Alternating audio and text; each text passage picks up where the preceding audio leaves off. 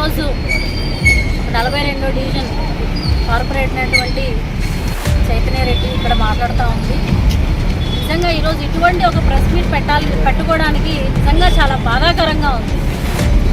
మరి 2020లో నేను ఒక కార్పొరేటర్గా పోటీ చేసేటప్పుడు ఇక్కడ ఉన్నటువంటి కాంప్లెక్స్ ఉమ్మడి ఆస్తి మీద నేను, మా బావగారు, అలాగే ఇంకో పార్ట్నర్ వెంకటేశ్వర రెడ్డి అని అతను ముగ్గురు కలిసి కూడా ఈ ప్రాపర్టీని బాలాజీ షామియానా సప్లయర్స్ అనే ఒక ఫరం పేరు మీద ఈ యొక్క ప్రాపర్టీని కొనడం జరిగింది.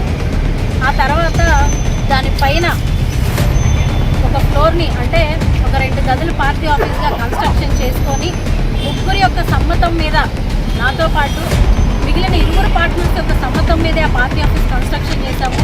మరి కట్టేటప్పుడు ఎటువంటి అబ్జెక్షన్ కూడా రైజ్ చేయని వ్యక్తి 2 ఏళ్ల పాటు నేను అదే కార్పొరేటర్గా ఆఫీస్ని వినియోగించుకున్నప్పుడు ఏ అబ్జెక్షన్ రైజ్ చేయనటువంటి వ్యక్తి ఈరోజు అధికారం మారగానే వైఎస్ఆర్సీపీ పార్టీ అధికారం పోయి టీడీపీ పార్టీ అధికారం రాగానే అధికార బలం ఉన్నటువంటి కొంతమంది లోకల్ నాయకుల అండ చూసుకొని ఈరోజు వెంకటేశ్వర రెడ్డి అనే వ్యక్తి పార్టీ ఆఫీస్ని నిర్దాక్షిణ్యంగా విచక్షణారహితంగా ఈరోజు పార్టీ ఆఫీస్ని కూలగొట్టడం జరిగింది. మరి ఒక పార్టీ ఆఫీస్ని పగలగొట్టేటప్పుడు పార్టీకి సంబంధించినటువంటి సామాన్లు కానివ్వండి, నా పర్సనల్ క్యాష్ కానివ్వండి, లేదంటే ఫర్నిచర్ కానివ్వండి, అన్నీ కూడా ఉన్నాయి. మరి అటువంటి ఒక ఆఫీస్ని నాకు ఎటువంటి ఒక లీగల్ నోటీస్ లేకుండా, ఎటువంటి ఇంటిమేషన్ లేకుండా అతనికి పగలగొట్టే రైట్ ఎక్కడి నుంచి వచ్చింది? ఇంకో మాట కూడా అతను మాట్లాడవచ్చు, అద్దె ఇవ్వట్లేదని, మేము అద్దె ఎక్కొట్టి తిరుగుతున్నామని, పనికి మాల సొంత కబుర్లన్నీ భవానీపురం సెంటర్లో చెప్పుకుంటూ తిరుగుతూ ఉన్నాడు. మరి ఇది గత 2 ఏళ్ల క్రితం ఆయన రాసిచ్చినటువంటి అగ్రిమెంటే. ముగ్గురు కూడా సంతకాలు పెట్టడం జరిగింది. మరి ఇక్కడ 4 సంవత్సరాల వరకు ఫస్ట్ ఫ్లోర్ పార్టీ ఆఫీస్ కింద ఉపయోగించుకునే ఏర్పాటు, ఫస్ట్ ఫ్లోర్కి ఎటువంటి అద్దె లేదు. 4 సంవత్సరాల తర్వాత ఖాళీ చేసే ఏర్పాటు అంటే 2026లో ఖాళీ చేసే ఏర్పాటు చేయించండి, అప్పుడు ఇవ్వండి అని చెప్పేసి రాయడం జరిగింది. మరి అది ఇక్కడ 3వ సంతకం వచ్చేసి వెంకటేశ్వర రెడ్డి గారిదే. మీరు అందరూ కూడా ఒకసారి చూడొచ్చు. ఎంత ఇదిగా అగ్రిమెంట్ రాసిచ్చిన తర్వాత కూడా ఈరోజు అధికారం మారగానే అగ్రిమెంట్లు మాయమైపోతాయండి. ఇష్టానుసారంగా వచ్చి పార్టీ ఆఫీస్ని పగలగొడితే ఈరోజు నాకు జరిగినటువంటి నష్టాన్ని ఎవరు పూడుస్తారు? ఏ పార్టీ నాయకులు వచ్చి పూడుస్తారు? ఏ రోజు కూడా 1 నెల రోజులు దాటిపోయింది. ఈరోజు పార్టీ అధికారం కోల్పోయి అయినప్పటికీ కూడా రోడ్డు మీదకి వచ్చి ఎటువంటి మాట మేము తోలేదు, ఎవరిని ఎటువంటి ఇబ్బందికరమైన పరిస్థితుల్లో మేము తీసుకురాలేదు. మా వాహనాలు మేము బతుకుతూ ఉంటే ఎందుకు మమ్మల్ని ఇలా రోడ్డుకు లాగాలని చూస్తూ ఉన్నారు? పడిగపాటి సుబ్బారెడ్డి గారు అంటే భవానీపురంలో ఎంతటి పేరు ఉందో అందరికీ తెలుసు.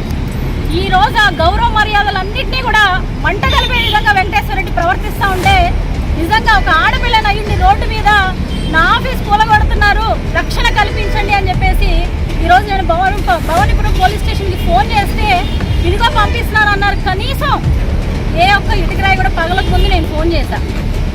గంట తర్వాత చూస్తే అంత గోడంతా కూడా పగిలిపోయింది. ఎక్కడండి ప్రొటెక్షను? ఏ డిపార్ట్మెంట్ వచ్చినా ప్రొటెక్షన్ కల్పించింది చెప్పండి? 2 రోజుల క్రితం సార్ ఇలా మాట్లాడుతున్నారు, ఇలా పగలగొడుతున్నారు, నాకు సపోర్ట్ చేయండి, ప్రొటెక్షన్ కల్పించండి అని అధికారుల దగ్గరికి వెళ్ళా. మాట్లాడుతూ ఉన్నారు, చెప్తా ఉన్నారు. మేము ఏదో ఒకటి తేల్చి చెప్పేదాకా దాని జోలికి వెళ్ళొద్దు, పగలగొట్టద్దని పోలీస్ స్టేషన్లో చెప్పిన తర్వాత కూడా అతను పగలగొట్టడానికి ఎంత ధైర్యం చేశాడు అని అంటే ఎవరున్నారు అతను వెనకాల?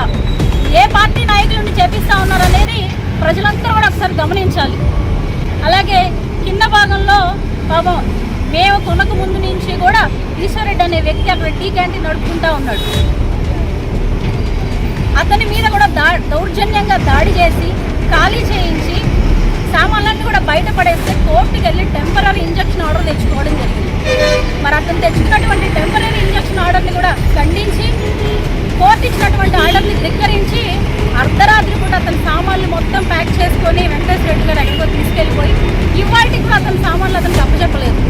ఈశ్వర రెడ్డి అనే అతని మీద అతను డ్రగ్స్ తెరువు మీద కొట్టాడు. ఈరోజు ఎక్కడి నుంచి వచ్చిందని అంత ధైర్యం అతనికి?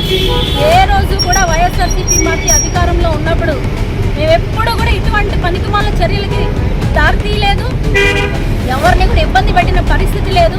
ఏ రోజు కూడా జగన్మోహన్ రెడ్డి గారు వాళ్ళని కొట్టండి, వీళ్ళని కొట్టండి, దౌర్జన్యాలు చేయండి ఏ రోజు కూడా చెప్పలేదండి.